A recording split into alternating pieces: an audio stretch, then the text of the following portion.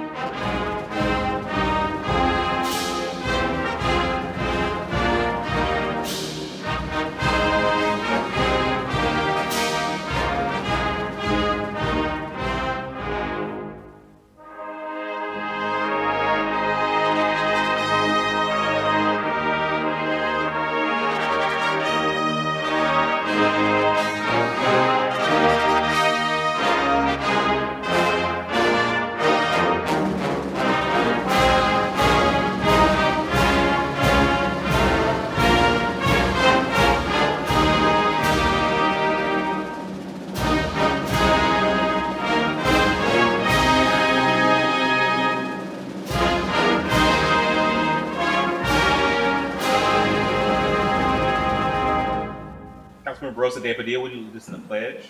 I pledge allegiance to the flag Of the United States of America, and to the republic for which it stands, one nation, under God, indivisible, with liberty and justice for all. This evening, Council is grateful to have Reverend Jed Deering from the Trinity Episcopal Church to pray with us. Pastor, welcome to Council.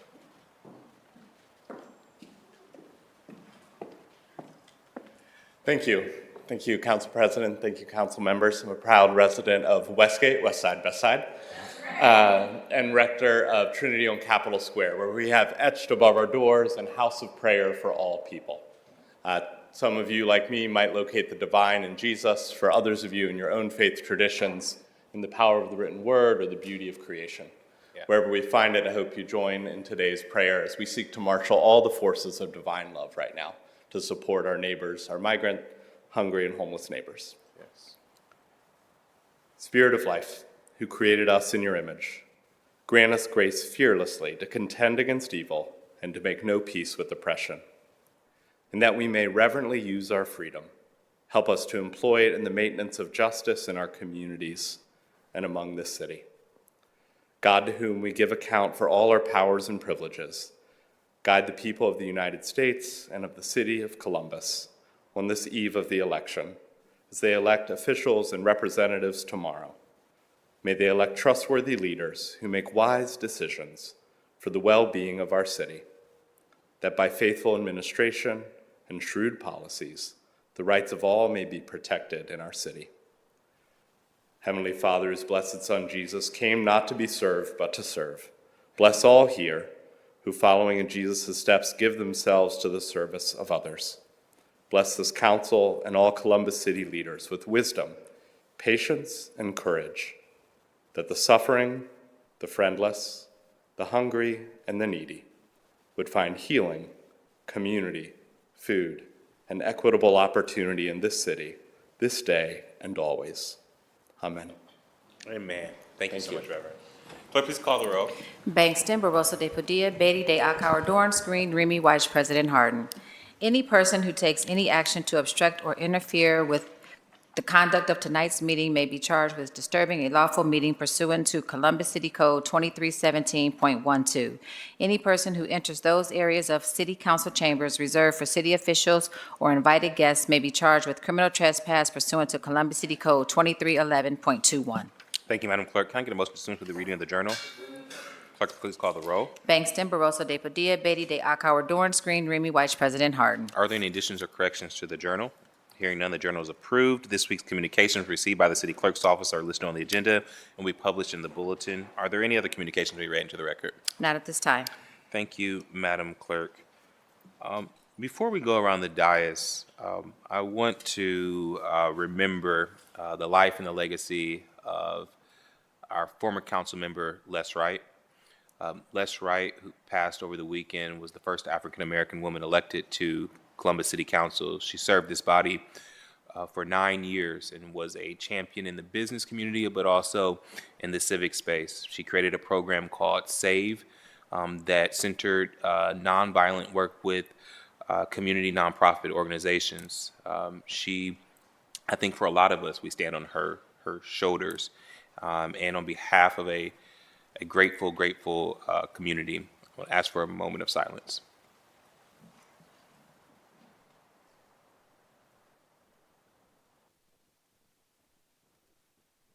Thank you. Councilmember Bankston. Thank you, President Harden. Tonight, I just have three announcements this evening. A couple reminders. First, a reminder that next Monday, November 10th at 5 p.m., I will be holding a second public hearing to discuss an edited version of the proposed changes to Title 39 of the City Code. The public hearing will be held here in council chambers and will give members of the public the opportunity to hear about the edits made since the last hearing. Any resident seeking to submit written testimony should forward it to my office. Written testimony must be received by 12 p.m. the day of the hearing, so that's again this Monday, November 10th. And you can email Jonathan Brown at jbbrown@columbus.gov. All persons wishing to speak during the hearing in person must also email Jonathan Brown, again at jbbrown@columbus.gov by 12 p.m. the day of the hearing, requesting that they be added to the list of speakers. A summary of the changes as well as the draft code change language can be found on my City Council webpage at the city's website. If you go to Columbus City Council and click on Your Council and click Nick Bankston, you will find it there. Please reach out to my office if you have any issues viewing or accessing that document. We also able to just forward that to you.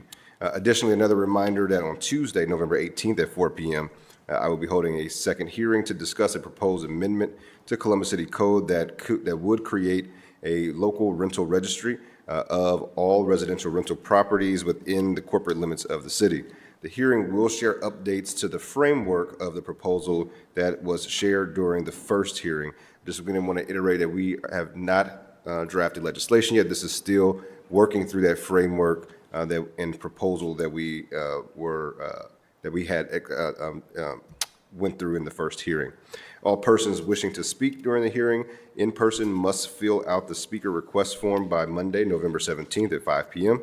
The form can be accessed via my and council's social media pages, council web pages, or by contacting Jonathan Brown in my office, again at jbbrown@columbus.gov.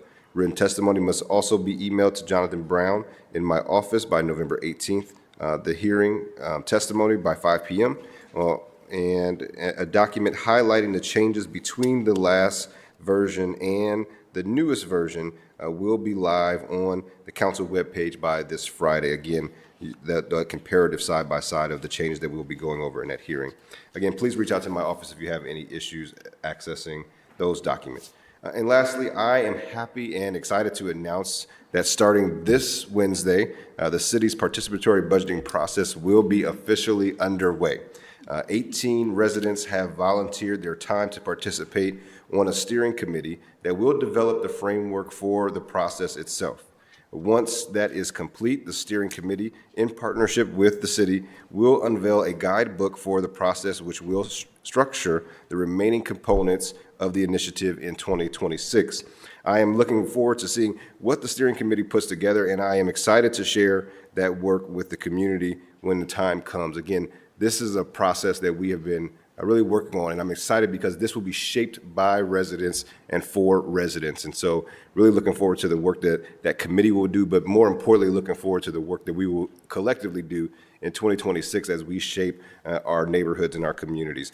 So very, very exciting. Again, we got $9 million earmarked in this upcoming capital budget for each district, and really looking forward to sinking our teeth in and going through this new and messy process together, but it is a process by way of residents telling us what they want to see in their neighborhoods and then them getting to vote on those projects and have them come to fruition. Feel free to reach out to my office if you have any questions about the process, and please stay tuned for more details as we continue down this path. And Council President, that's all I have. Thank you, Councilmember. Councilmember Rosa De Padilla. Thanks, Council President. Tomorrow is the big day. Tomorrow is voting day. So just a reminder to everyone, polls open at 6:30 p.m. They close at 7:30 p.m. If you are in line, stay in line. If we hopefully have nice long lines that like we had at early voting this past weekend. Remember to bring your ID. You're going to vote tomorrow at your regular.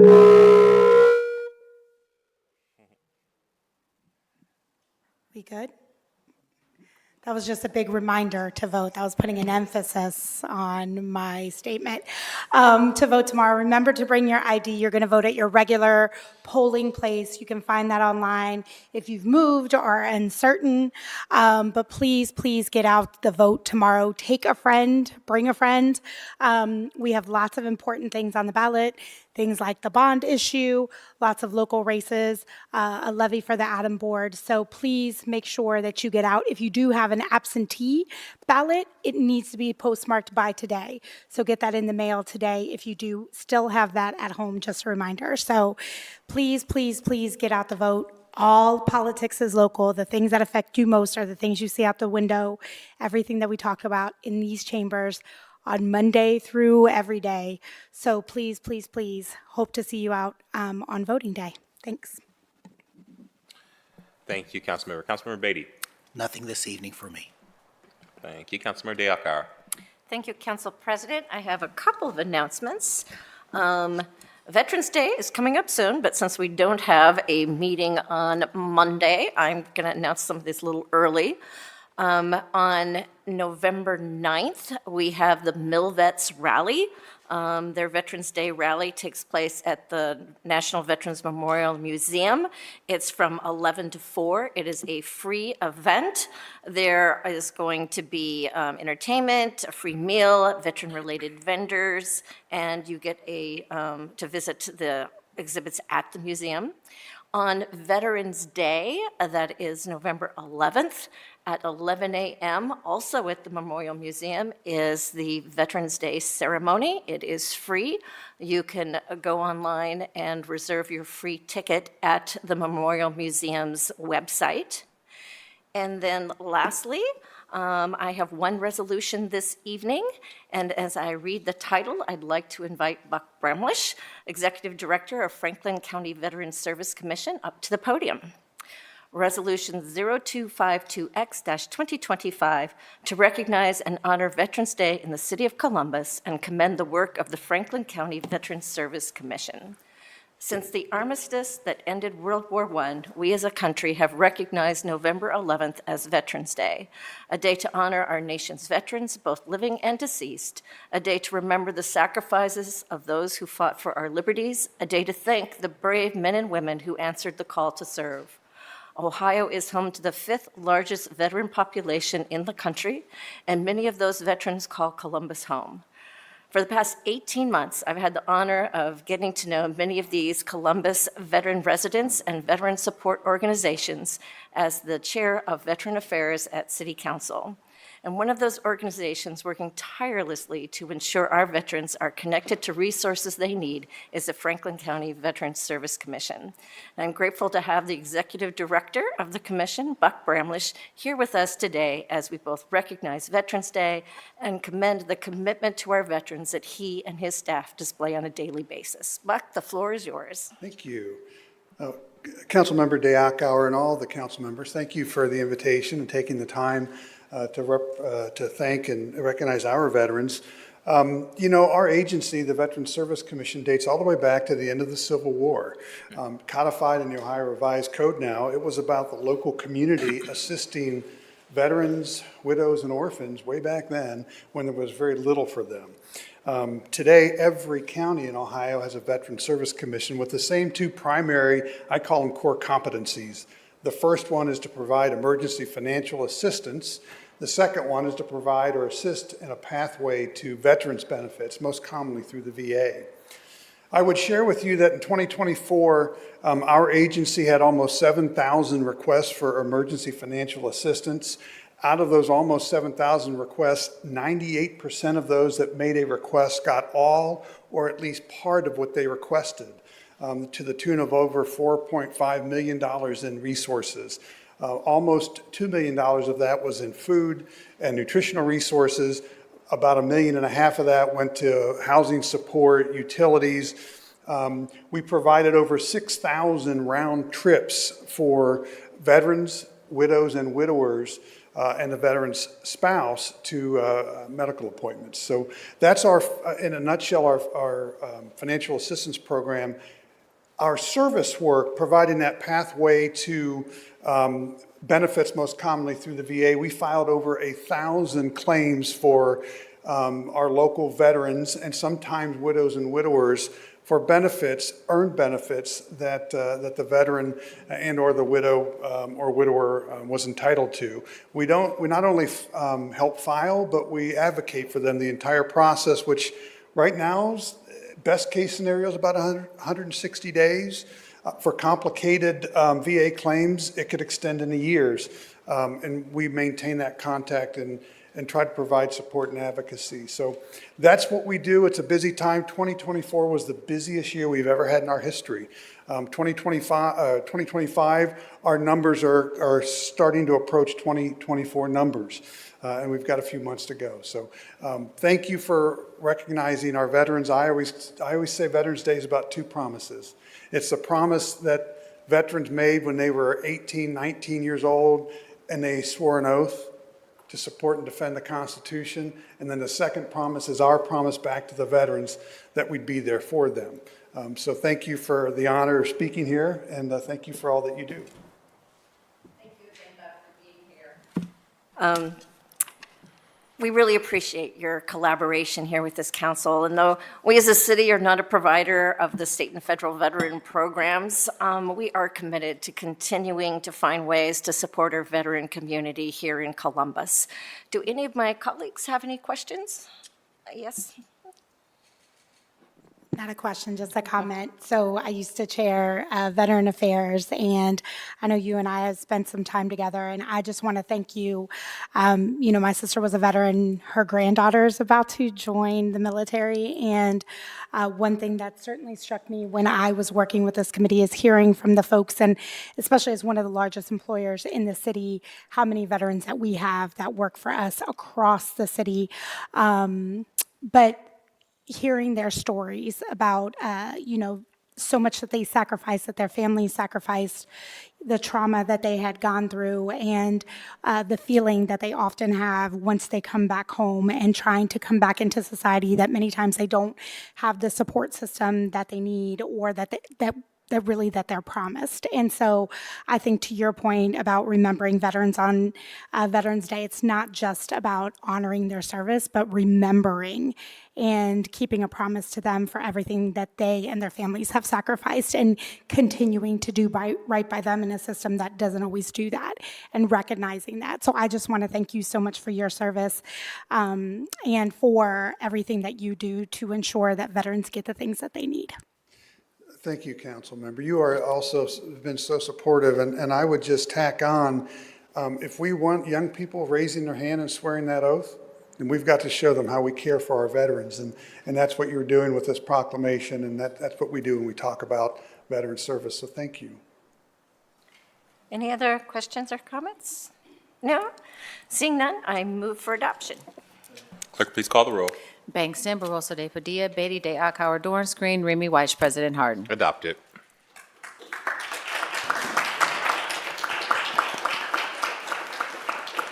That's all for me. Thank you, Councilmember. Pres Pro Tem. Councilmember Green. Councilmember Remy. Councilmember White. Thank you, Council President. Just one quick announcement. We will be hosting our next Public Utilities and Sustainability Committee hearing on Thursday, November 13th at 3:30 p.m. here in Council Chambers. We'll be discussing the city's climate action plan, our aggregation program, utility rates and fees. More information to come. Please check out my page on the city's website for more detail. I encourage anyone who is interested in joining us in person or tuning in on the City of Columbus YouTube channel. If you're interested in providing testimony, please reach out to my aide, Chelsea Gulterman, at CLGOLTERMAN@columbus.gov. That's it for me. Thank you, Councilmember. And I would just again echo Councilmember Barosa de Padilla's reminder, tomorrow's Election Day. Get out and make sure your voice is heard. CODA has free rides to the polls, so please make sure that your voice is heard. Are there any comments from our elected officials? Are there any, we don't have any. Are there any requests by members of council for the removal of an ordinance and resolution or consent portion of the agenda tonight?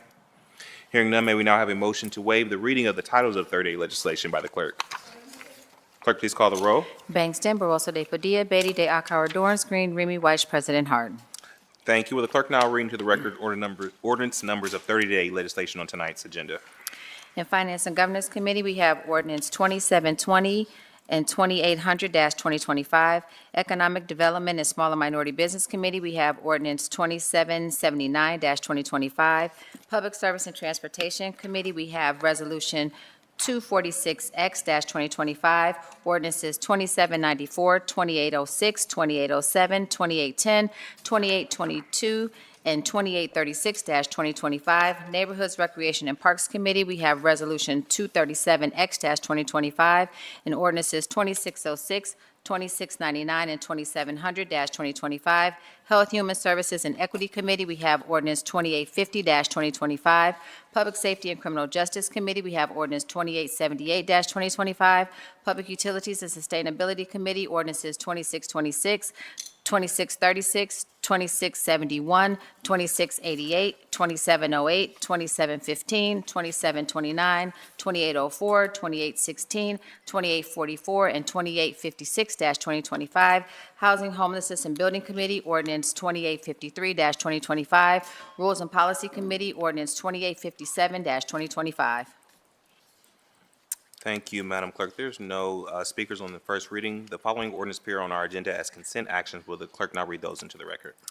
Resolutions of expression, Resolution 250X, 242X, 243X, 244X-2025.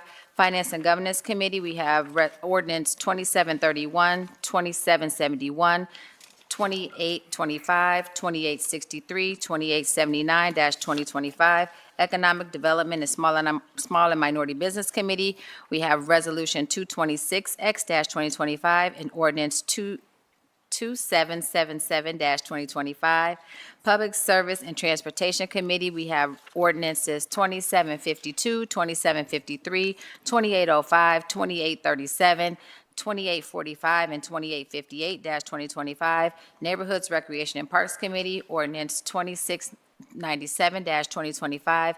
Health, Human Services, and Equity Committee, ordinances 2583, 2648, 2682, 2834, 2849, 2851, and 2893-2025. Public Safety and Criminal Justice Committee, ordinances 2658, 2705, and 2890-2025.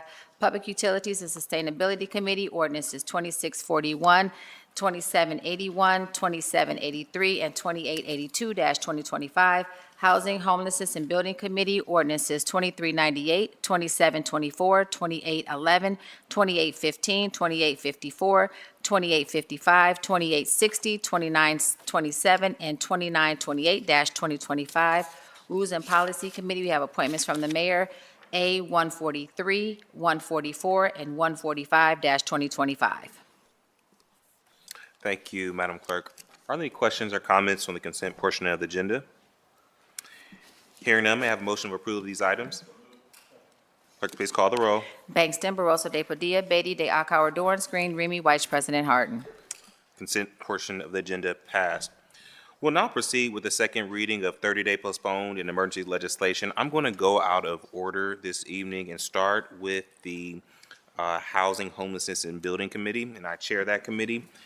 I have ordinance 3013-2025 to authorize and direct the Board of Health to enter into grant agreements with the Mid-Ohio Food Bank, Mid-Ohio Food Collective, the Children's Hunger Alliance, Life Care Alliance, and Columbus City Schools in support of their respective food distribution operations to authorize the transfer of $695,000 within the general fund and to authorize the appropriation of funds, including additional funds from the unappropriated balance of the Health Special Revenue Fund, to authorize the expenditure of $695,000 from the Health Special Revenue Fund, and to authorize the expenditure of funds on reasonable food and non-alcoholic beverage expenses, and to declare an emergency.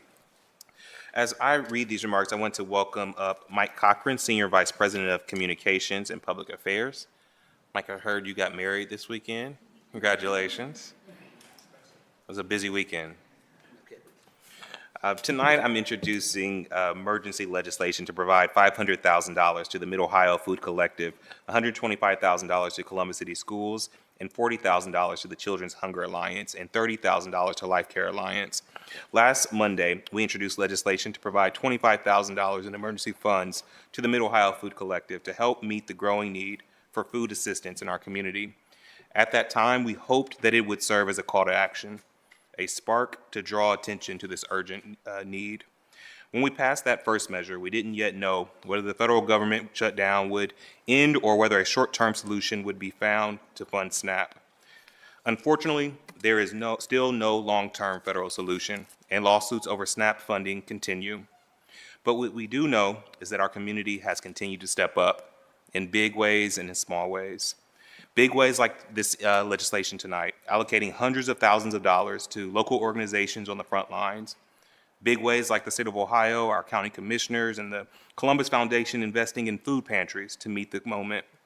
And in smaller, but no less meaningful ways, like the blessing boxes appearing in neighbors' front yards, the food basket families are putting together for others relying on SNAP, and the volunteers showing up daily at food pantries across the city.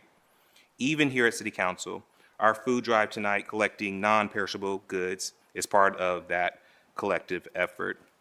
But we must be clear, these efforts, as inspiring as they are, cannot fill the full gap. Franklin County alone, there are 173,000 residents that rely on $31 million in SNAP benefits each month to put food on the table. This weekend, I met with a resident on the Near East Side, a woman in her 80s who story brings this crisis home. She receives $900 a month in Social Security. Her rent is $750 for a small unit that is not in the best condition.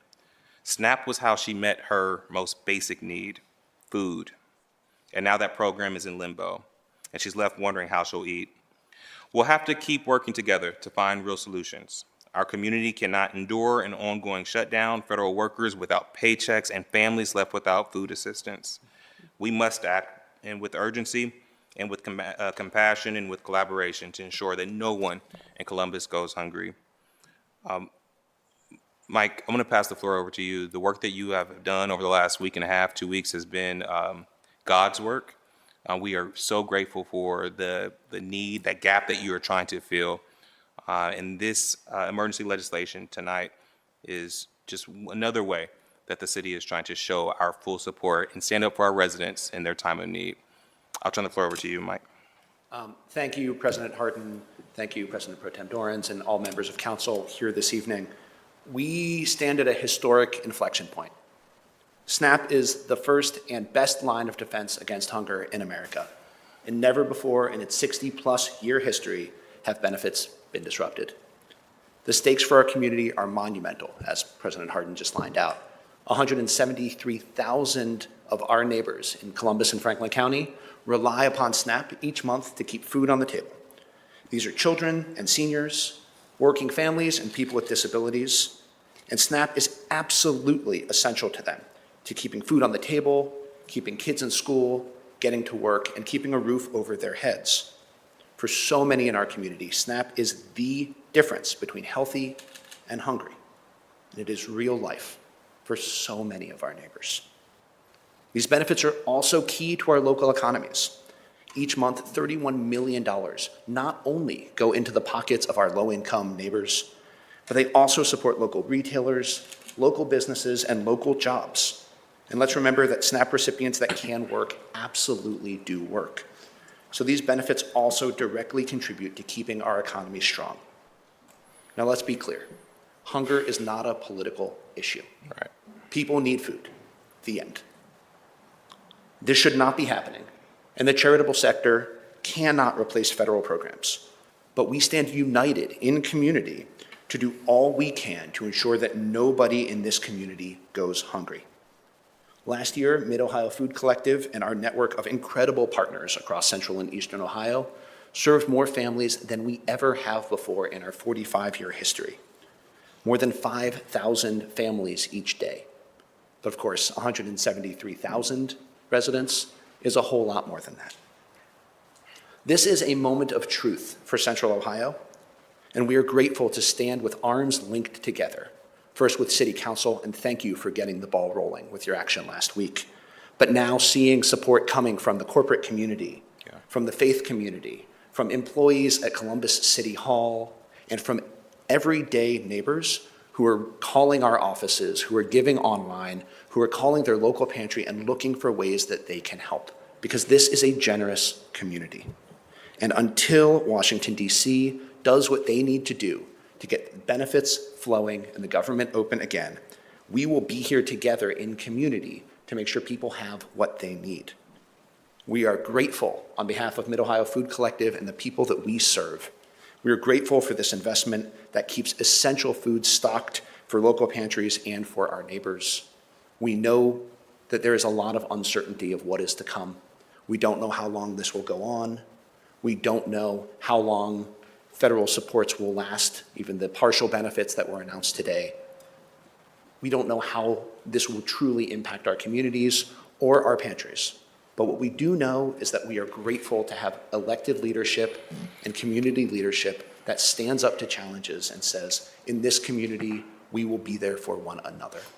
So thank you for this legislation. Thank you for the chance to speak this evening. Happy to take any questions. Thank you so much again, Michael, for the work. I think you are just standing in representation of all the folks at Mid-Ohio and throughout the community who are stepping up, and again, in those big and small ways to serve this need. I've been so proud of this city and how we've responded. Individuals have responded to help their neighbors. We would also be remiss not to appreciate the leadership of the city attorney's office and the city attorney in filing the lawsuit that has allowed us to have that half of the benefits will go out. That's not enough, but it's definitely a step in the right direction. Commissioner, would you like to make any remarks? Good evening, Council President, and good evening, Council members. Unfortunately, we are in this situation. I don't want to repeat what's already been said, but we are going to work as hard as we can to fill some of the gap to our community. And the City of Columbus will be having four food distribution activities over the next 10 days. The first one being this Thursday, November 6th at Glenwood Recreation Center. And then this Friday, November 7th, will be at Scioto Southland Recreation Center. That information will be posted on our website, and we will get that information out. Doing that in partnership with Mid-Ohio Food Collective and Life Care Alliance, along with Recreation and Parks, normal distribution for produce at those locations. So again, we're doing what we can, and I like what you said, Mike, that food is health, and you can't be healthy without food. So thank you. Thank you, Commissioner, for your leadership. Council members? Just a quick question, since we're sharing it, and I know we have folks from the media here. For those food distribution, do folks need to bring anything? So anywhere in our network, an important point, thank you, Councilmember Barroso de Padilla, anyone who needs help should come and ask for it. We ask for your patience, we ask for understanding. This is a challenging time for so many, but if you need help, we are here. And so whether you're going to a produce market or at one of our Mid-Ohio markets or the local pantry in your community, all that you need to do is you need to tell your name, you need to say your address. If you have an ID, it helps us look you up in the system a little faster. But you just need to affirm that you are eligible for those benefits, and then you're able to get that help. Thank you so much. Are there any other questions or comments?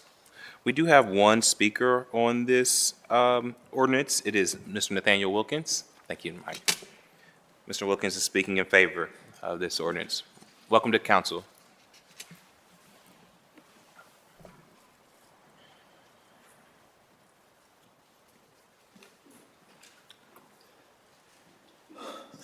Arlington Avenue, Mr. Nathaniel George Wilkins. First of all, let me just say I see this on hand in hand because I worked in a retail store, but I'm not going to give no name. A lot of times that we see this, that where people can't afford their food and things and stuff like that. To say this, I want this to be more money, up to $875,000, because we don't know the uncertain of this SNAP, because a lot of kids and a lot of families rely on this, regardlessly if they do work or they don't work. And so for me to see this now, it's going to cause a heartbreak. And so now I want to say we can hold on. And like my mother always said, we're going to get through this all together. And how we going to get through this? We got to put our faith in God. Whatever y'all can do is a great thing, but it's not enough money. And so if people got 4 and 5 children, just a little bit that can help. But especially with the elderly people, because I see this time and time again in the retail store where they have to put back some stuff, where they can't afford it. And so I'm just asking you for more money for this. It's because this is greatly needed all over the county and all through Central Ohio area. Thank you for your time. Thank you so much, Mr. Wilkins, for your advocacy. If there are no further questions or comments on ordinance 3013-2025, I move for passage. Clerk, please call the roll. Bangston, Barosa de Padilla, Beatty de Akauer, Dorance Green, Remy White, President Harden. Ordinance is passed. Next up, we have ordinance 2870-2025 to authorize the Director of the Department of Development to modify a grant agreement with the Tony R. Wells Foundation. The Wells Foundation in the amount of up to $514,100 to provide assistance to individuals facing housing instability, to authorize the appropriation of an expenditure of up to $514,100 from the Housing Business Tax Incentive Fund, and to extend the agreement to March 31st, 2026, to authorize the advance payments per a predetermined schedule, and to declare an emergency. This legislation will provide $514,000 to the Displaced Tenants Service Program, working with the Tony R. Wells Foundation. This program supports residents who are facing emergency orders, displacement, and the threat of homelessness. We know that quickly securing new housing can be extremely difficult, especially for the most vulnerable neighbors, who are often the ones who are most impacted by sudden vacates. With this funding, the program can provide immediate assistance to provide displaced residents the avoidance of homelessness. That includes temporary housing, relocation support, and help recovering from the urgent expenses needed to get families safely rehoused. Director, do you have any comments on this ordinance? Sure. Thank you very much, President Harden, members of council. This legislation just reflects a continuation of the programming that we stood up with the implementation of the relocation code. We have a year under our belt as we go into the winter season. We know that that's when we start to see some of the larger scale emergency vacates that could occur due to the no heat season. So this is just to allow us to prepare going through the winter and as City Council undertakes the budget process at the beginning of next year so that there's no gap in services to households. Yes. Well, thank you so much. This program was created in response to a couple large-scale displacements a couple years ago, like Latitude 525, and we've seen how it has helped communities and helped us to be in the position to continue to support. Are there any questions or comments from my colleagues? Hearing none, I move for passage. Clerk, please call the roll. Bangston, Barosa de Padilla, Beatty de Akauer, Dorance Green, Remy White, President Harden. Ordinance is passed. Now we'll go back to regular order. The first committee to come before council is the Economic Development and Small Business Committee, chaired by Councilmember Bangston. Councilmember, the floor is yours. Thank you, President Harden. Tonight in the Economic Development and Small Minority Business Committee, we have first Resolution 024X-2025 to accept the recommendations of the 2025 Columbus Tax Incentive Review Council regarding the continuation, modification, or cancellation of all property tax incentives based on the evaluation of reporting year 2024 and to declare an emergency. This resolution is a part of an annual process in which the Tax Incentive Review Council, or the TIRC, reviews all of the city's enterprise zone agreements, post-1994 community reinvestment area agreements, and tax increment financing districts. Per Ohio Revised Code, the TIRC makes recommendations on whether to sustain, revise, or cancel each agreement. The TIRC must then submit these recommendations to City Council for a vote on whether to accept, reject, or modify these recommendations. This resolution would accept the recommendations, and this is an important mechanism within the economic development process because it is a formal measure for accountability. The TIRC meets to ensure that companies receiving City of Columbus incentives are meeting goals regarding job creation, job retention, payroll generation, and capital investment. Again, I just want to underscore that. I think there's a narrative sometimes that says that we just simply give these out and that there's no type of oversight. There, in fact, is oversight. The Turk meets every single year. That is a public meeting that folks can go to. At the Turk, it is not simply the city, but is all the other taxing agencies like our school districts, as well as other levied agencies that are sitting at the table when these recommendations come down. And so we take this role very, very seriously when we're talking about tax incentives and using taxpayers' dollars for economic development reasons. So we take that very, very seriously. With that being said, a few highlights that I wanted to show from the Turk this year were that there were 117 total active enterprise zone and community reinvestment agreements in 2024. Of those, there were 19,486 total new and retained jobs, which represents 92% of the overall goal achievement. There was a $40.3 billion worth of investment in real property improvements through these projects as of 2024, representing 154% achievement of goals. And a staggering $484.6 million were invested in new job payroll, representing 201% of the goals that were set. And so this, I know that this subject can sometimes be a controversial one for folks, but these numbers show that our economic development strategy is working. When we talk about these numbers, these are not just simply numbers of dollars and cents. These represent opportunities for our residents. It represents investment in our community. It represents property that was once vacant and abandoned or underutilized, now bringing back to life and is now being a contributor to our community. That's what they represent. And so really proud of the work that the Turk has done this year, taking that deep dive, and happy to advance a recommendation to accept the recommendations this year. Deputy Director Jones, is there anything you want to add? Thank you, Chair Bankston, President Harden, and members of council. With the Turk review, we saw once again that the manufacturing and industrial sectors led in our growth areas, contributing the largest share of jobs and payroll gains. Office-based projects continue to recover toward pre-pandemic employment levels, reflecting a gradual stabilization in an ever-changing work environment.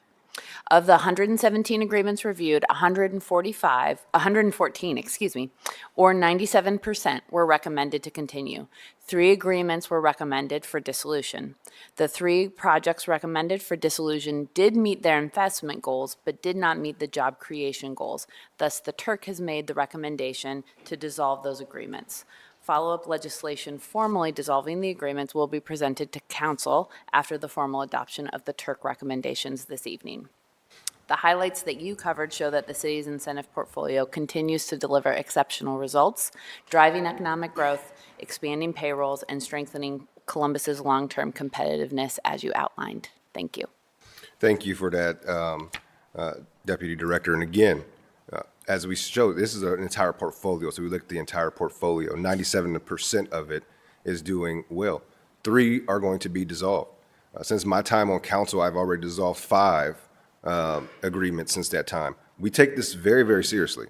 These are performance-based incentives. So if you do not perform what you said you are going to do, there are tools for us to make sure that we take care of that. And so again, just want to reemphasize that this is an entire portfolio that we look at, the same way that we look at an investment portfolio. In some years, part of that portfolio is doing better than others, but the overall portfolio is doing really, really well. Are there any questions or comments from my colleagues? Again, thank you again to the department as well as our team. There's a council representative that goes to the Turk as well. I want to thank Kirsten on our team for her time. I used to sit on the Turk, so I know how long those meetings are. And so I just want to thank everyone for their involvement. And with that, I move for adoption. Clerk, please call the row. Bangston, Barosa de Padilla, Beatty de Akauer, Dorance Green, Remy White, President Harden. Passed. Next, we have ordinance 2866-2025 to repeal ordinance number 2059-2025 in its entirety, to authorize the Director of the Department of Development to enter into the grant agreement with the Hilltop Rise Economic Development Corp. for $1,200,000 for the purpose of funding property acquisitions and related costs to allow Hilltop Rise Economic Community Development Corp. to redevelop about 2 mixed-use projects located at approximately 3085 through 3093 West Broad Street and 3095 through 3099 West Broad Street along the Link Us West Broad Street Bus Rapid Transit Corridor to authorize the transfer, appropriation, and expenditure of the funds deposited within the Old Dublin Road TIF Fund to advance payment up to the full amount of the grant per a predetermined schedule, to allow for advance payment of expenditures incurred prior to the purchase order, and to declare an emergency. This ordinance simply cleans up an administrative issue regarding the timing of funds for this project in partnership with Hilltop Rise. Really excited about this project. We passed this a couple months ago, but there was just some language in there that did not allow us to get the money to the organization up front to be able to make that acquisition. So we're just cleaning that up here. The project scope and purpose still remain the same. Are there any questions or comments from my colleagues? Seeing none, I'll move for passage. Clerk, please call the row. Bangston, Barosa de Padilla, Beatty de Akauer, Dorance Green, Remy Weiss, President Harden. Passed. Thank you, President Harden. That's all I have in my committees. Thank you, Mr. Chair. The next committee to come before council is the Public Service and Transportation Committee. That committee was chaired by Councilmember Barosa de Padilla. Councilmember, the floor is yours. Thank you, Council President. I have one ordinance today in public service and transportation. It's Ordinance 2732, 2025, to declare the city's necessity and intent to appropriate and accept certain fee simple title and lesser real estate in order to complete the Broad Street Phase project. So actually, this ordinance was filed in error and it was replaced by Resolution 0246X2025, which is on first reading today. So this is just to fix a procedural error. So I move for disapproval of this ordinance. Bangston, Barosa de Padilla, Beatty de Akauer, Dorance Green, Remy Weiss, President Harden. Thank you. Now, I was going to say that. Now, could I go to page 18 to rules and policy? Please. Thank you. So I'm very excited today for this next piece of legislation. In March of 2023, I introduced, and with the support of my colleagues, passed pay equity legislation that made it illegal for employers in Columbus to ask job seekers about their previous salary history. That law ensured that your next employer cannot base your salary on what you made before. In Columbus, we do not want to past pay disparities to follow anyone from job to job, especially women and people of color.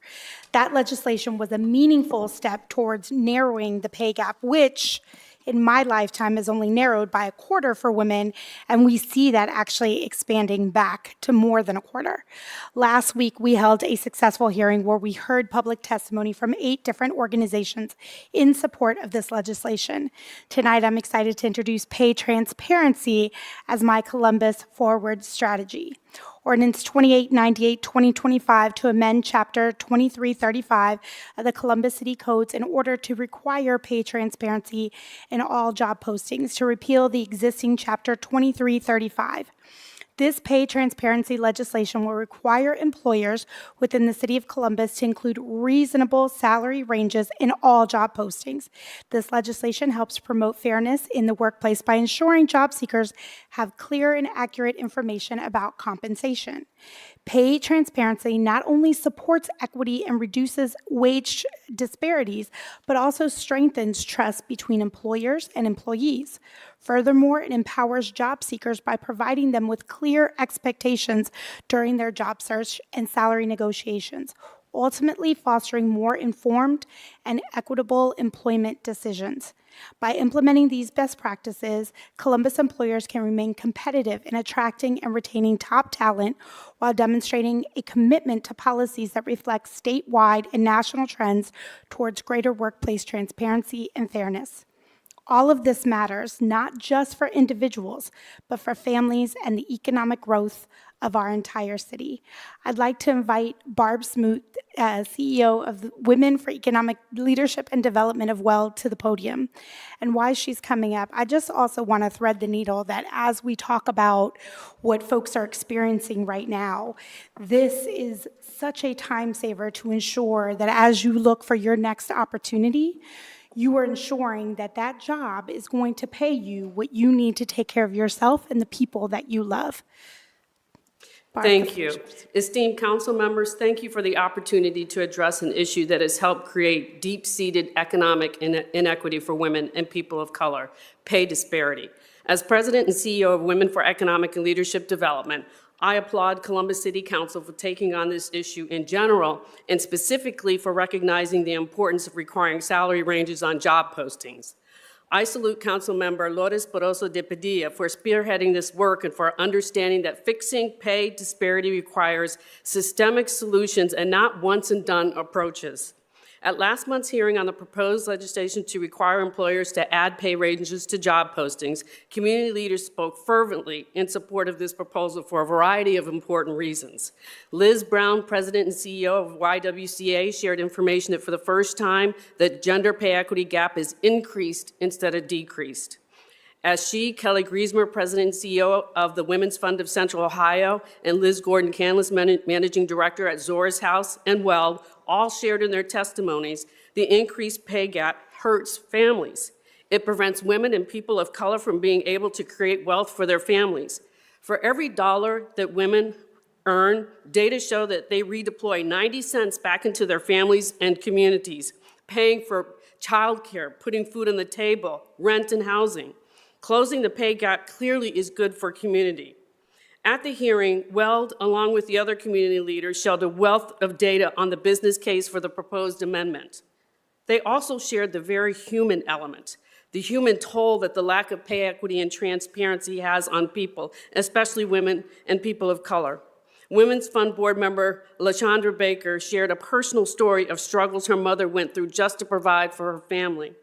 One of my board members, Fran Fian, shared her personal story of trying to find a job after hers was eliminated during COVID. She explained the transformative impact that requiring salary ranges would have had it been in place at the time, greatly reducing wasted applications that ended up in fruitless interviews and also saving time, by the way, for recruiters. The pay gap is stubborn and deeply rooted in systems that facilitate inequities, negatively impacting women and people of color. Eliminating pay disparity will require holistic, systemic, and spectrum approaches.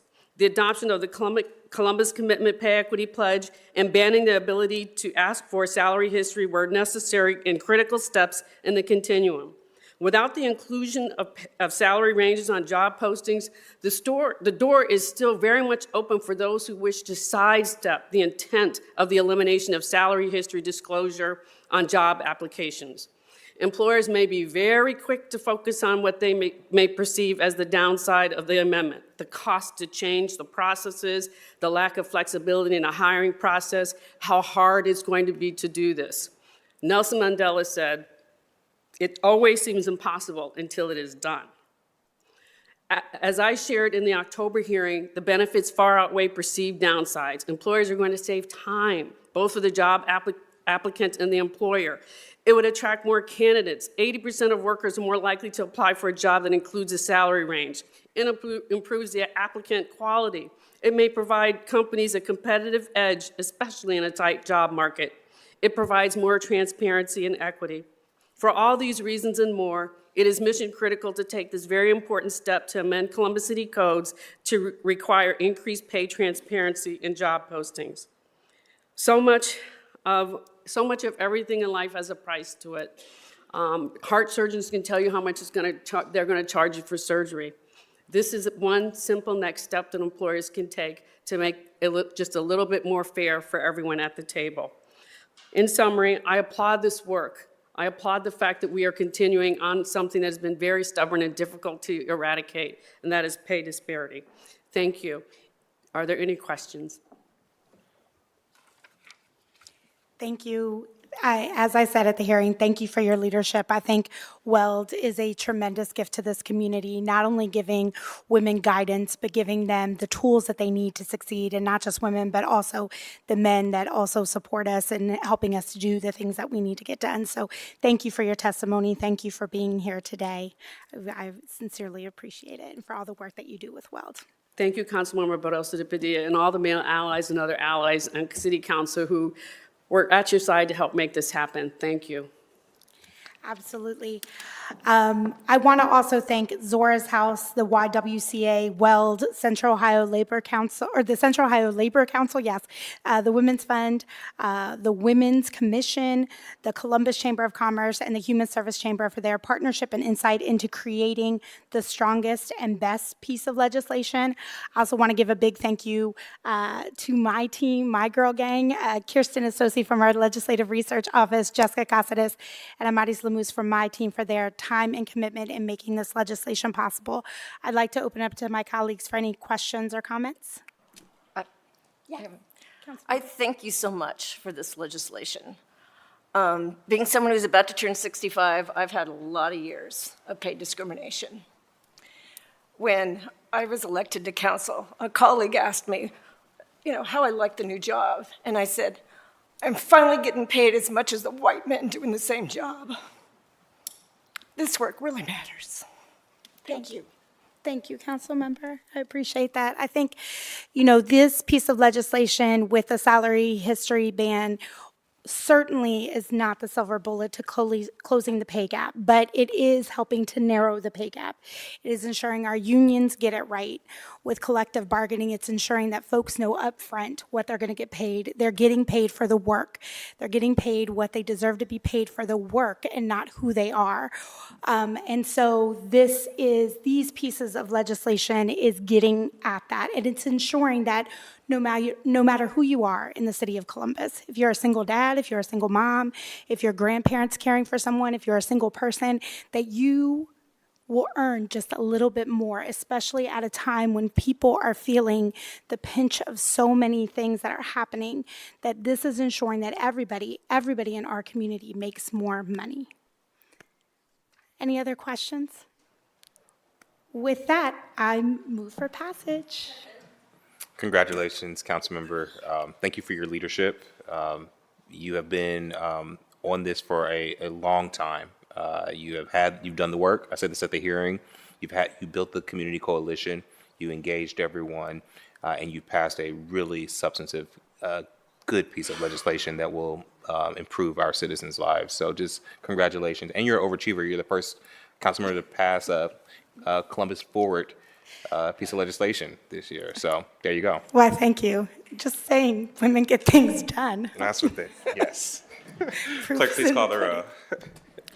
Bangston, Barosa de Padilla, Beatty de Akauer, Dorans Green, Remy Weiss, President Harden. Passed. Thank you.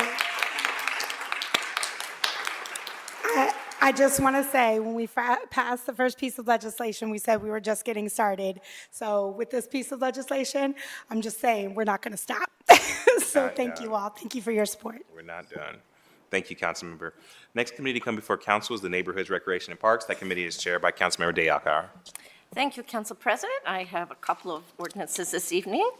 2717-2025 to authorize the Director of Finance and Management to enter into contract with Harrell's LLC for the purchase of golf course pesticides for the Recreation and Parks Department, to waive the competitive bidding provisions of the Columbus City Code, to authorize the expenditure of $274,491.14 for the purchase of golf turf pesticides from the Recreation and Parks Operating Fund, and to declare an emergency.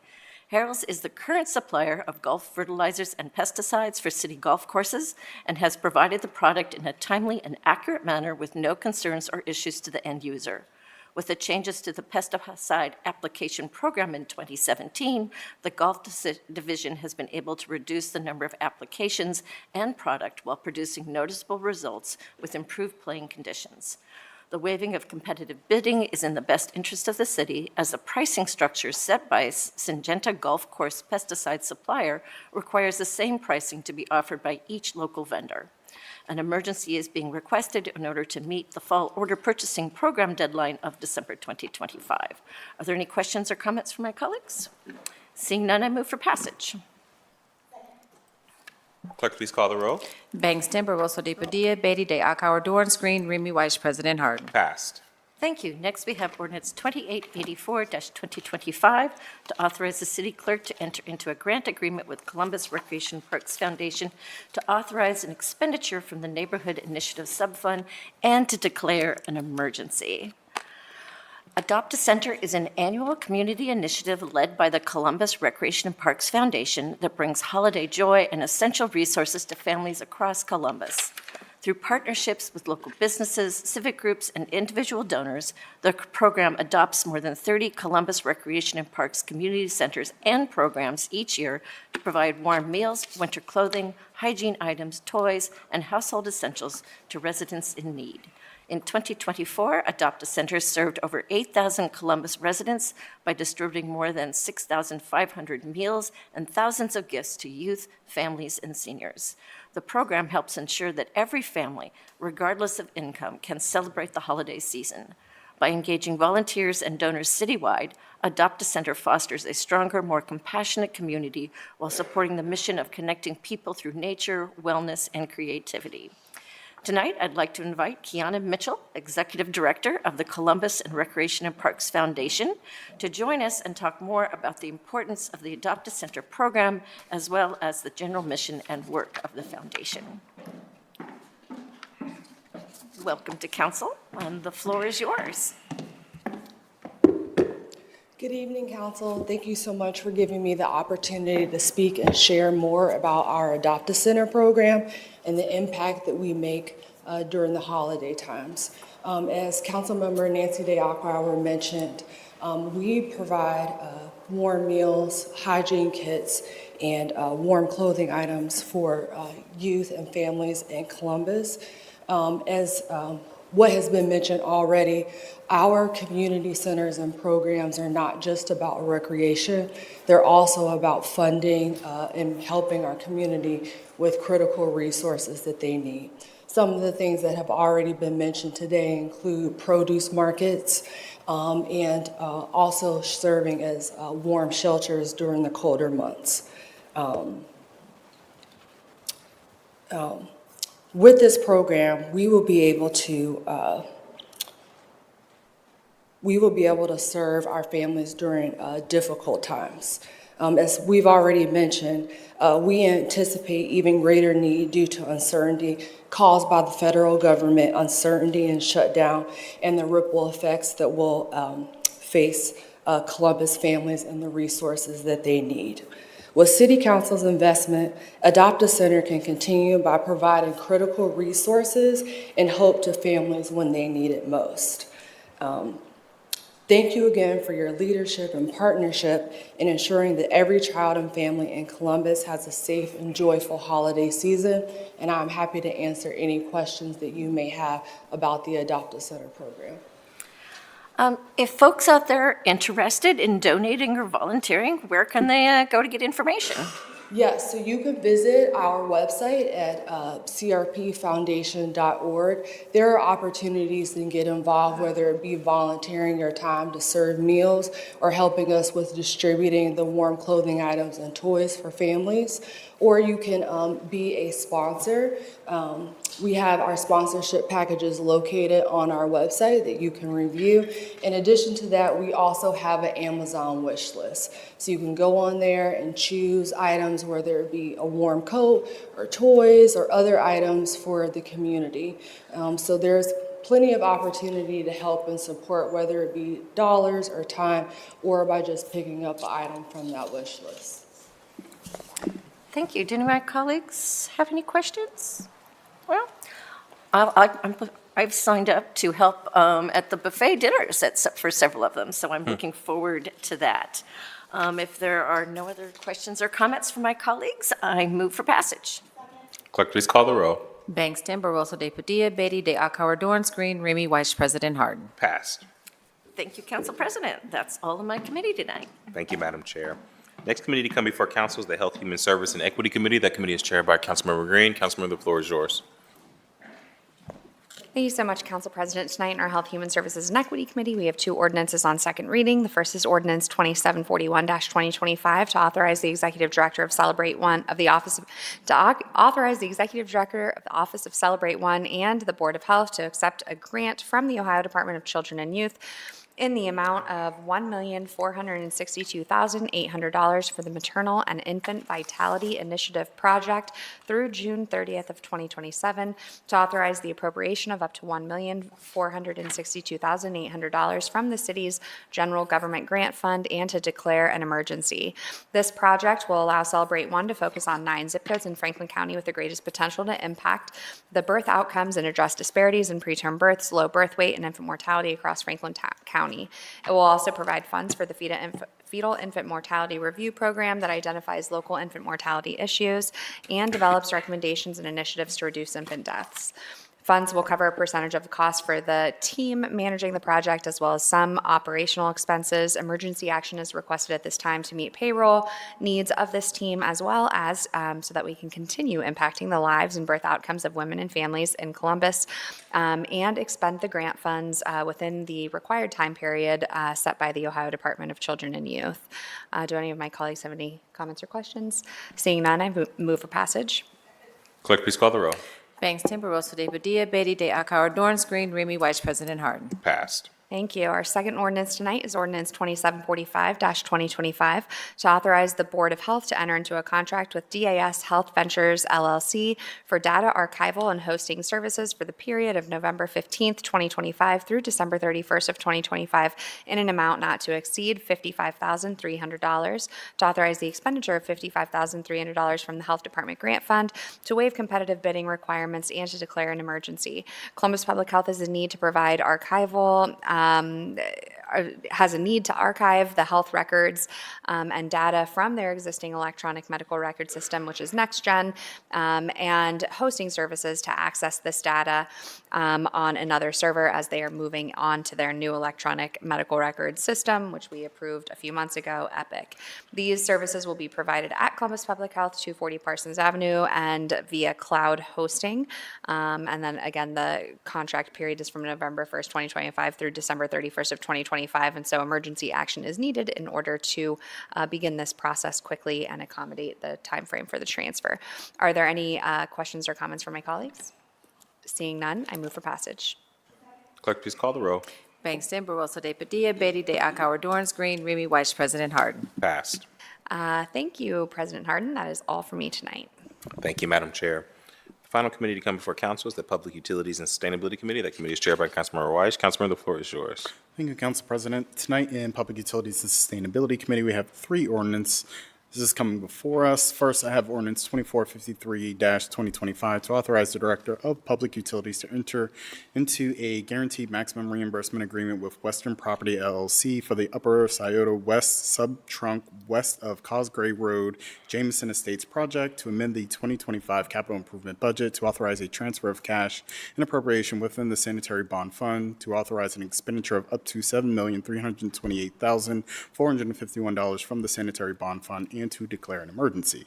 This ordinance provides funding for a sanitary sub-trunk sewer project within the Hayden Run community planning area. The project will provide sanitary sewer access for a currently unserved area as well as for future development areas, which will serve approximately 20,000 people when fully developed. Emergency designation is requested as a notice to proceed for this project must be issued before the end of 2025 to prevent construction delays in the planned development area. Let me stop there, see if any questions or comments from my colleagues. Seeing none, I move for passage. Clerk, please call the row. Banks, Timber-Wilson, De Padilla, Beatty, De Akauer, Dorance Green, Remy Weiss, President Harden. Passed. Thank you. Next, I have Ordinance 2485-2025 to authorize the Director of the Department of Public Utilities to enter into a contract modification with Prime Construction Management and Survey Incorporated for the Construction Administration Construction Inspection Services 2023-2025 contract to amend the 2025 capital improvement budget to authorize the appropriation and transfer of funds from the Water Reserve Fund to the Water Supply Revolving Loan Account Loan Fund and to the Water Fresh Water Market Rate Fund to appropriate funds in the Water Supply Revolving Loan Account Loan Fund and in the Water Fresh Water Market Rate Fund to authorize the application and acceptance of loan funding from the Ohio Water Development Authority Direct Loan Program to authorize the expenditure of funds within the Water Supply Revolving Loan Account Loan Fund and in the Water Fresh Water Market Rate Fund to pay for this contract modification and to declare an emergency. This ordinance assigns 2 lead service line replacement projects to Prime Construction Management and Survey Incorporated, who will ensure that the work is performed to the City of Columbus construction standards and specifications. These 2 projects will improve water service, decrease burden on water maintenance operations, and reduce water loss. Emergency designation is requested as the replacement of lead water lines is necessary to maintain public health. Let me stop there, see if any questions or comments from my colleagues. Seeing none, I move for passage. Clerk, please call the roll. Bangston, Barosa de Padilla, Beatty de Akauer, Dorance Green, Remy Weiss, President Harden. Passed. Thank you. And last, I have ordinance 2647-2025 to authorize the Director of Public Utilities to enter into a construction contract with JLD Construction Services LLC for the lead service line replacement Part 2 project to amend the 2025 capital improvement budget to authorize the appropriation and expenditure of up to $10 million from the Water Supply Revolving Loan Account Fund for the contract. To make this ordinance contingent upon the Ohio Water Development Authority approving a loan for this project, to authorize the expenditure of up to $2,000 from the Water Bond Fund to pay for prevailing wage services, and to declare an emergency. In accordance with the Ohio Environmental Protection Agency requirements, this project will provide for the replacement of a portion of the known existing lead water service lines in the Division of Water Distribution Systems. Similar to the the second ordinance, emergency designation is requested as the replacement of lead water lines is necessary to maintain public health. Let me stop there, see if any questions or comments from my colleagues. Seeing none, I move for passage. Clerk, please call the roll. Bangston, Barosa de Padilla, Beatty de Akauer, Dorance Green, Remy Weiss, President Harden. Passed. That is all I have for my committee this evening. Thank you, Mr. Chairman. Seeing no further business come for council, is there a motion to adjourn? Is there a second? Clerk, please call the roll. Bangston, Barosa de Padilla, Beatty de Akauer, Dorance Green, Remy Weiss, President Harden. Meeting is adjourned.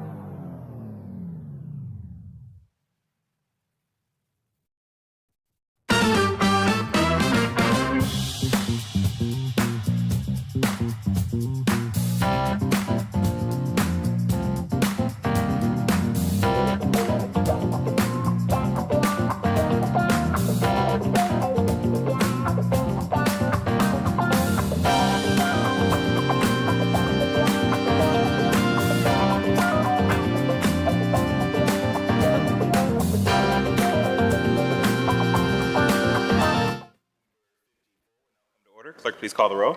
Bangston, Barosa de Padilla, Beatty de Akauer, Dorance Green, Remy Weiss, President Harden. Can I get a motion to dispense with the reading of the journal?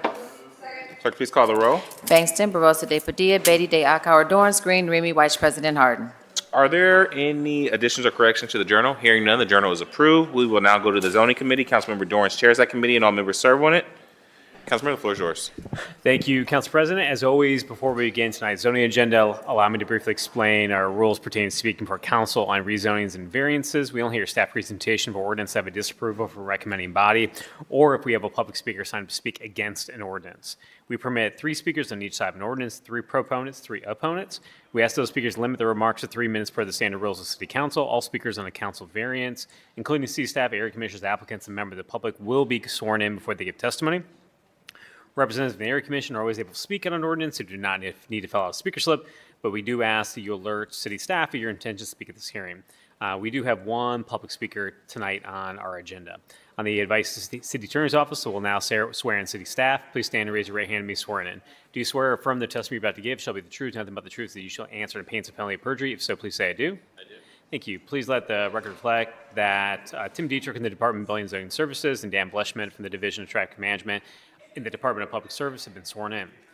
First, we have Ordinance 2861-2025 to rezone 3270 Westerville Road, being 2.23 plus acres located on the east side of Westerville Road, 176 plus south of Innes Road from R1 Residential District to LM Limited Manufacturing District. Site consists of 1 undeveloped parcel, with the applicant requesting the rezoning to allow a self-storage facility with other storage and commercial uses proposed. Proposal is approval from city staff, the Development Commission, and the Northeast Area Commission. Do my colleagues have questions or comments? Seeing none, I move for passage. Bangston, Barosa de Padilla, Beatty de Akauer, Dorance Green, Remy Weiss, President Harden. Thank you. We move into our council variances. The first is Ordinance 2865-2025 to grant a variance provisions of Section E.20.100, use of the Columbus City Codes for property located at 1015 North High Street to allow a non-accessory parking lot in the UCR Urban Core District. The site consists of 1 parcel developed with a vacant retail use and a parking lot in the Urban Core District. The applicant requests a council variance to allow the existing parking lot to become a non-accessory parking lot to serve the business on the parcel of the north of the site, and to also be used as a pay-to-park parking lot during off-business hours. A council variance is required because the current district does not allow non-accessory parking lot. The proposal is approved by the city staff and the Victorian Village Commission. We do have 1 public speaker signed up to speak against this ordinance, so before we hear from that public speaker, we'll have a staff presentation. Mr. Dietrich, floor is yours. Chair Dorans, President Harden, members of council. The subject site consists of 1 parcel developed with a vacant retail building and associated parking lot in the UCR Urban Core District.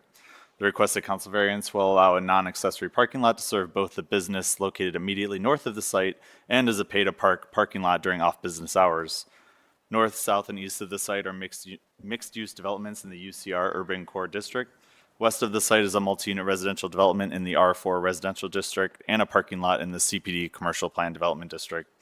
The site is located in the Victorian Village Historic District, which does not contain a recommended land use for this location. However, a certificate of appropriateness for any final building design would be required. The site is also located in the boundaries of the Victorian Village Commission, whose recommendation is for approval. The requested council variance will allow a non-accessory parking lot to serve both the business on the parcel north of the site and as a pay-to-park parking lot during off-business hours. The proposal reflects existing conditions, and the site could otherwise be used for parking if the former retail use was reestablished, or if this site was combined with a parcel immediately to the north, which is under the same ownership. The interim non-accessory parking lot use can support local businesses, and staff finds the proposal will not add an incompatible use to the area and is in approval. Thank you, Mr. Dietrich. Just a couple of follow-up questions to level set for everyone. So one, this is an existing parking lot, correct? Yes. And again, if the retail use was reestablished at this parcel, there'd be no need for a variance, correct? That is correct. And the reason for the variance is because the business to the north wants to use this as a parking lot for their employees during business hours. Correct. They're different parcels, so you have a business on another parcel using this site for their parking needs, and if they were combined, then this wouldn't be an issue. Otherwise, this is the route to conform that situation. And again, just to level set a little bit more, because you have an existing business to the north, that is on a different parcel than the parcel we're talking about here tonight. Correct. That's the subject of the variance. Because those are two different parcels, that is why the code does not currently allow this. Yes, the code specifies that the parking for a use has to be located on that particular parcel. Okay. And again, if that business had acquired this parcel, we would not be here for a variance, correct? Yeah, if the parcels were combined, then we would not be here for this variance, yes. Okay, thank you. Do want to invite the applicant's representative, Mr. Eric Zartman, to the podium for a presentation. Welcome back to council, sir. I will swear you in when you get to the podium. Do you swear from the testimony you're about to give, shall be the truth, nothing but the truth, as you shall answer, pains and penalty of perjury? If so, please say I do. I do. Floor is yours, sir.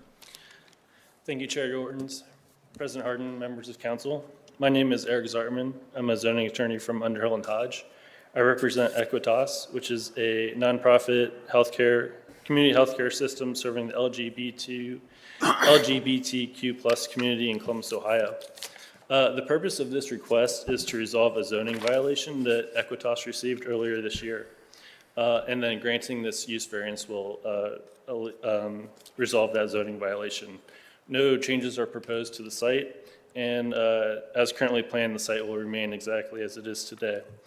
The site is on the corner of North High Street and Star Avenue in the middle of Short North. There's a vacant retail building with a drive-through. Equitas itself has no parking. Their building takes up the entire property to the north. They acquired this property to the south with the idea of turning this into a drive-through pharmacy to serve their patients. That was in 2002. Unfortunately, plans never came through. It's still planned for the property, but they just have not gotten to that development yet. So in the meantime, while owning it, they wanted to use the site for their employees to park at.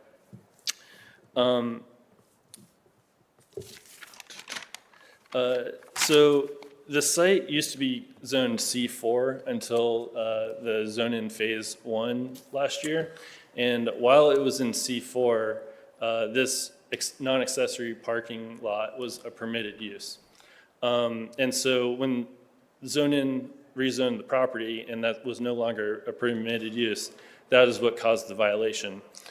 Had Equitas been sophisticated with zoning last year, they would have simply filed a site compliance plan with the city of Columbus, gotten that approved without any zoning or variances, and that use would have been grandfathered in today under the zoning phase 1. Unfortunately, they didn't. They got it as a violation, so that's why we're here today. The proposed use will not negatively affect surrounding properties or neighbors. In fact, the parking lot is actually good to alleviate congestion on streets and serve both the employees of Equitas and visitors of Short North at night. Having this being used as rented out parking at night allows it to be somewhat monitored and regulated by LAS, who is currently operating it. Otherwise, it would just be a vacant parking lot where anyone could loiter around. So by keeping this as an active use both during the day and at night, it's monitored to the best of its ability. So the planning department is in support of this. The Victorian Village voted unanimously to support the COA, and zoning staff are in support as well. And so we'd appreciate your support as well. I'd be happy to answer any questions. Thank you. Was there any discussion from the commission about any type of screening on the High Street side? There was not. So there's no fence or gate or anything like that, just? There is not. So if you can see the picture, most of the High Street is the actual drive alley, and then the building, and then there's a little bit of screening on the corner there. But as far as design questions and things like that from the Victorian Village Commission, there wasn't any. Okay. And then to the gentleman from the department, in Zone N, under Urban Core District, I mean, did we imagine empty parking lots, or excuse me, just flat surface parking lots as part of the streetscape that the zoning plan was looking for in a major corridor? I mean, they were imagined for businesses that needed them, but they're not particularly imagined for standalone parking. And the problem is that this is a vacant business, so there is no business to be using this parking or need for a required parking here. It's the business to the north. So we did not permit those uses in the UCR with Zone In for the Okay. first phase. But even though these parcels aren't combined, you do have common ownership. Is that, did I hear that correctly? Okay, all right, thank you. I have no further. The plan is to pick this up as a pharmacy someday, once they do it. So this is kind of a stopgap until they get to that point. Okay, all right, thank you very much. Any other questions for the applicant from my council colleagues? Seeing none, Mr. Jarman, I'll likely invite you back up after our public speaker. Thank you. Thank you. We, as I mentioned, do have one public speaker signed to speak against this ordinance. We have Mr. David Fosselman. Mr. Fosselman, welcome to council. I'll swear you in when I get you to the podium.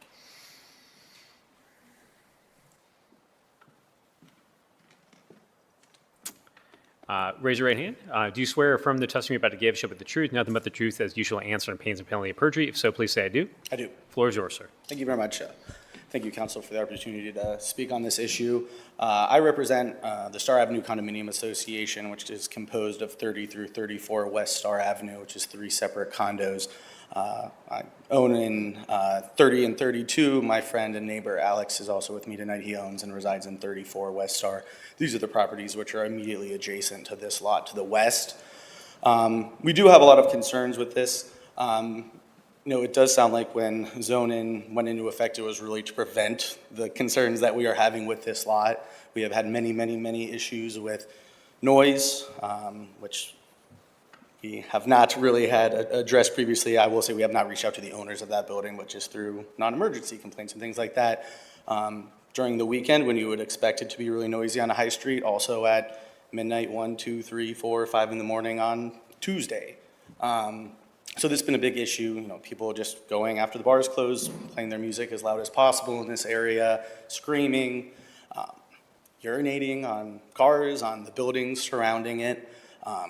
There's tons and tons of trash which is thrown into this parking lot. I think a lot of that has to do with it's a parking lot with an abandoned check cashing building in it, so people are not treating with a lot of respect. There's tons of trash. That trash all blows into our landscaping, which is on the east side and south side of our condominiums. So this has been a frequent issue for us. Another concern I have, other just with the negative impact on our quality of life in that area, which I assume also impacts the other residential buildings which are surrounding this lot on every side. There are 2 mixed-use buildings, but also have residential aspects to them. The other concern is just that this is a very advantageous location in our city. It is right on High Street in the short north. I absolutely love this area, and if you guys have driven by it, if you saw the picture that was put up earlier, this building is a huge eyesore. It is probably the worst building on all of High Street, at least in the short north. When I moved into 30 West Star in 2020, I thought, well, there's no way this building will continue to be vacant and be what it is for a prolonged period of time. It still is. When me and Alex saw the plans to convert it to a pharmacy a couple years ago, we were very excited. Nothing has come of that. My concern with this variance is it's an attempt to continue the current situation for a prolonged period of time instead of turning this area into something that can be of benefit to the community. I will say it has negatively impacted us. It has offered no improvement or value to our community. I will say maybe some people can park there here and there, but it is, in my opinion, an overall negative impact how it stands at the moment. We have absolutely no issue if Equitas wants to allow their employees to park in that lot, have at it. It's more the pay parking and overall just lack of anything to prevent the noise and trash from that area from impacting us. If you look at the picture, there is no fencing, there is no gating, there's nothing to separate High Street from this lot or to separate our properties from this lot either. Thank you, Mr. Fosselman. Do any of my colleagues have any questions for our speaker? So I do want to mention, and again, I think some of the quality of life concerns you brought up, I want to make sure that I check in with you and the other folks about potentially connecting you with whether that's code enforcement or other folks within the bureaucracy within the city, potentially to work with the applicant on addressing some of those things. When we talk about variances, just to be very, very clear, it's sort of like a legal question of whether or not they've, sort of checked enough boxes in order for us to sort of grant a variance. So when we talk about some of those quality of life issues, there are certain aspects of those that this body can consider, and there's other of them that, yes, we can and should work with those residents, you in particular, to get those things addressed. That's not necessarily something that's addressed by a variance, right? Which I, we just want to make very clear about sort of the questions that sort of come before this body from a variance standpoint. Particularly, and again, to your point about Zone N, I mean, one of the aspects of this is that we do want to discourage the creation of new surface level parking lots, and hopefully over time chip away from having these within particularly main corridors within the city. I used to live about 3 or 4 different blocks from this area as well, and it still boggled my mind just about how that property was vacant, considering all the redevelopment that's happened in this area. We've heard from the applicant about those plans haven't come to fruition yet, but there is an expectation of those down the line. But just want to be very, very clear about sort of why we're here and sort of technically what this body is voting on. That does not diminish anything that I think you've presented here tonight, but it's just a question of sort of legally, as they've sort of justified their hardship request, whether or not they've met that standard that we have to consider here. And I certainly appreciate that, and I am certainly by no means a zoning expert. Sure. Yeah, my understanding of the whole zoning thing was really to keep what they're asking from happening. It sounds like they're asking for the opposite. It is, and this is a rather unique situation. This is literally the second time we've ever had a variance that has come through with a zoning district. And again, generally we're not favoring these. When you hear the staff report say, yes, they're in favor of it, it's because of this very unique situation in which you do have sort of common ownership over those 2 different parcels where they could achieve this in another way, but this is sort of, again, just their pathway that they presented us here tonight based upon that zoning violation. I guess just for a clarifying question for me, in relation to the variance, again, like I alluded to, I have no concerns with their employees parking there. My partial understanding is that this would allow for their employees to park there, which I'm fine with, but again, also allow just for like the rental parking, which is it addressing both of those things? It is. And Mr. Dietrich, if you want to speak to that, just sort of how the variance request allows both. Right. So the clinic is on the parcel directly north of this site. And as Eric had mentioned, the building takes up the whole parcel. And so they're using this lot and this parcel for their employees during the day. And they're also asking for this to be used for pay for parking at night. And this request will allow both.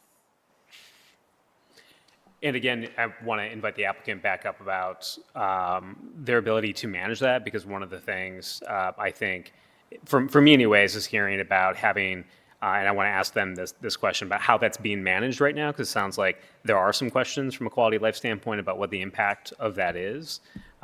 So I want to make sure that we get some of those things addressed. And again, as I mentioned, happy to do some follow-up with you and potentially your neighbors about making sure there's a clear line of communication if there's further issues down the line. Yeah, and that's been a big issue, just we haven't gone in Equitas and be like, hey, who do we talk to about this? Sure. And no one's really been able to say, this is the person to go to discuss. So that's a difficult part, but I certainly understand why the workers there have not been able to let us know, but I think that would be very beneficial. Thank you. Great. Any other questions for our public speaker from my to the colleagues? department, I'm sorry, just jumping in. And to the department, I mean, do we consider public parking versus private parking a different type of use? Not in Title 34. Not in Title 34. This is a non-accessory parking, so it can be private during the day if Equitas wanted to just shut off the lot to the public and say this is only for our employees during business hours. I guess that would be private parking. They're not doing that. They're also asking for a public, pay to park situation.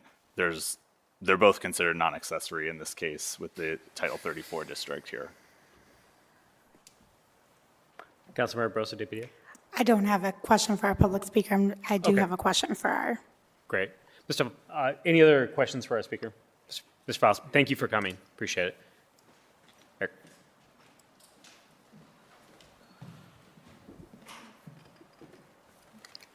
So just to start off, so you mentioned in your presentation about one of the benefits of this is that the after-hours parking is professionally managed. Can you talk a little bit more about what that exactly means?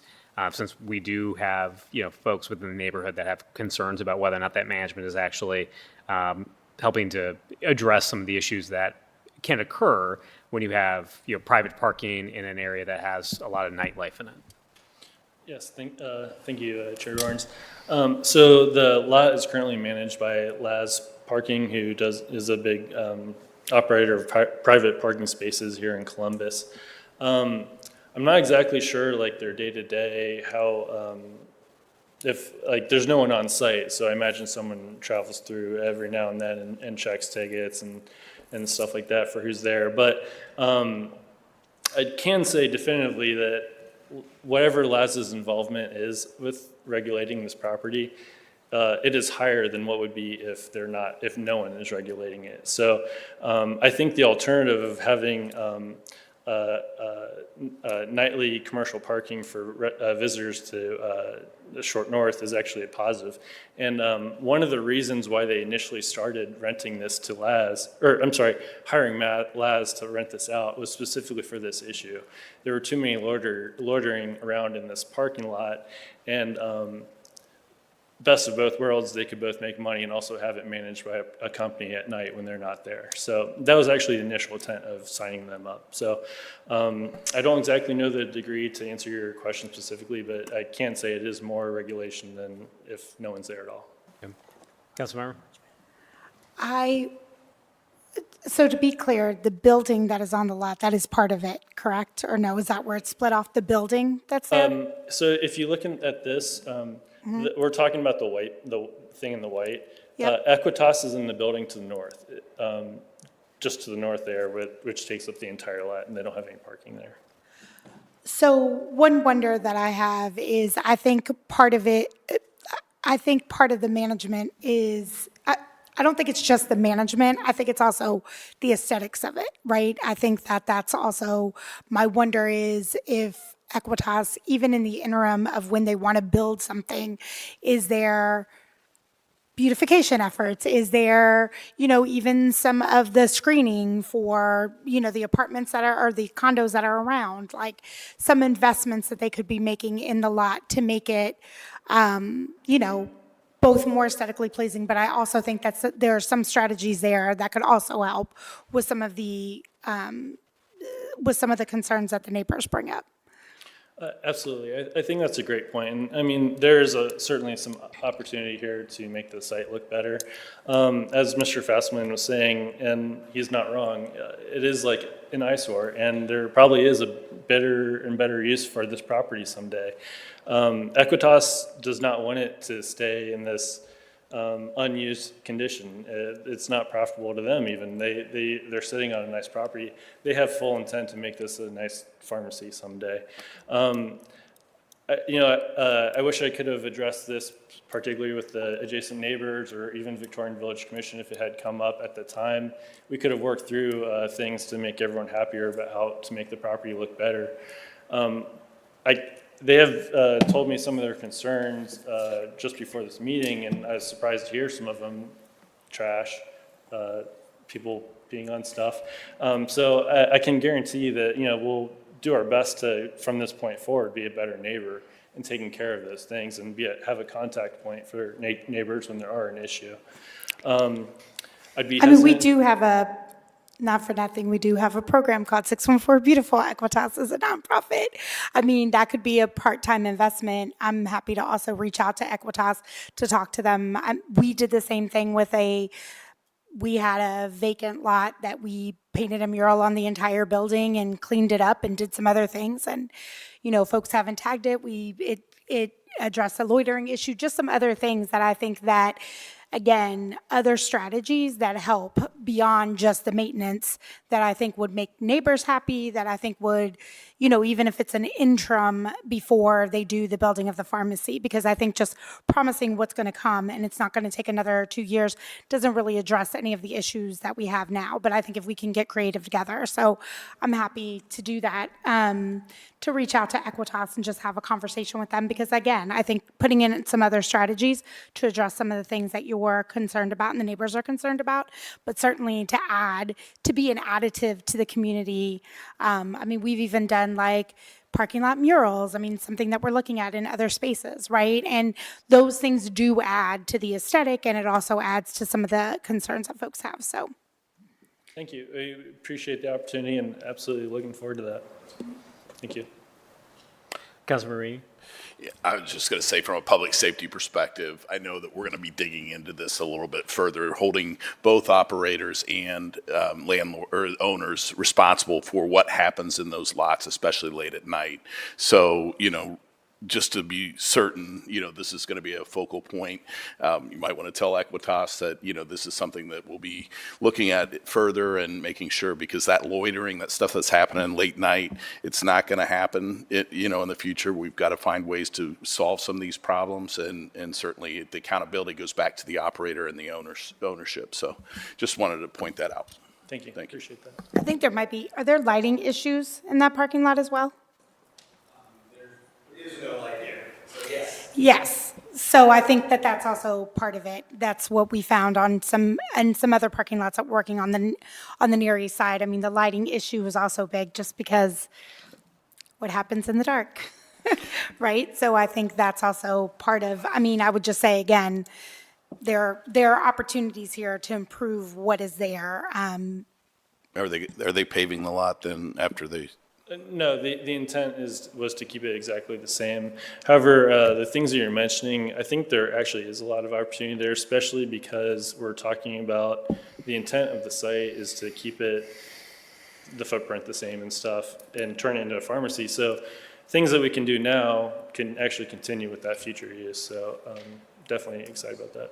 So would would LAZ's management of this be a QR code type pay, or I assume that this lot's small, so they're not going to have a manned person there. That's, you know, I wish I had used Laz parking before, but I imagine it is something like that with a QR code where you go up, or a Park Mobile, like the app that we use on all the streets today. If I think that's correct, it's just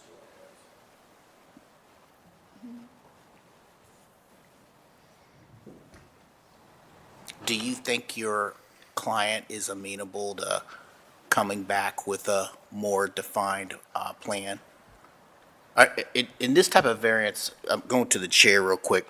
So there's the hardship requirement, correct, for the variance, right? Correct. And isn't, you know, the second part is that there's a minimum standard of no risk of adverse effect to the health safety of the surrounding neighbors? Isn't that part of the? There is, and Councilmember, I apologize if I cut you off here. I think there's a couple of different questions that I would like to take. Our next council meeting is on the 17th, so I'm just going to go ahead and refer this back to committee and schedule it for the 17th. Just sounds like this is one of the first opportunities that the applicant has had really to have some dialogue with the adjacent neighbors.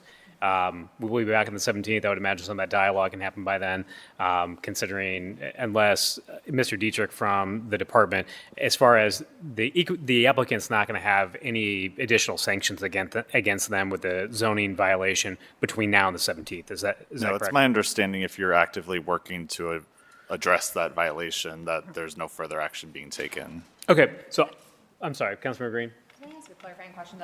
So the variance here is because, oh, sorry if I'm. So the variance here is because of the code change, and so essentially this is a pre-existing use, and it was not grandfathered in during when we updated for phase 1 of the zoning code, and so now essentially what we're having to do is go back and make it conform because we changed the standards around it. Correct. So that would be a hardship. Exactly, Councilmember. So Green. That's exactly the hardship. So that personally, I I believe the hardship has been met here, but I would like to just give it a little bit of time, again, to facilitate whatever discussions can happen between the applicants and the adjacent neighbors from there.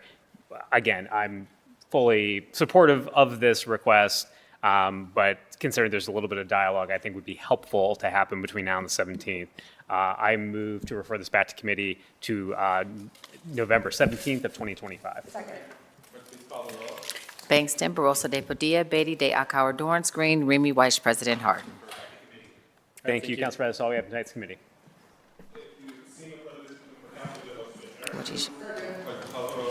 Bangston, Barosa de Padilla, Beatty, De Akauer, Dorance Green, Remy Weiss, President Harden.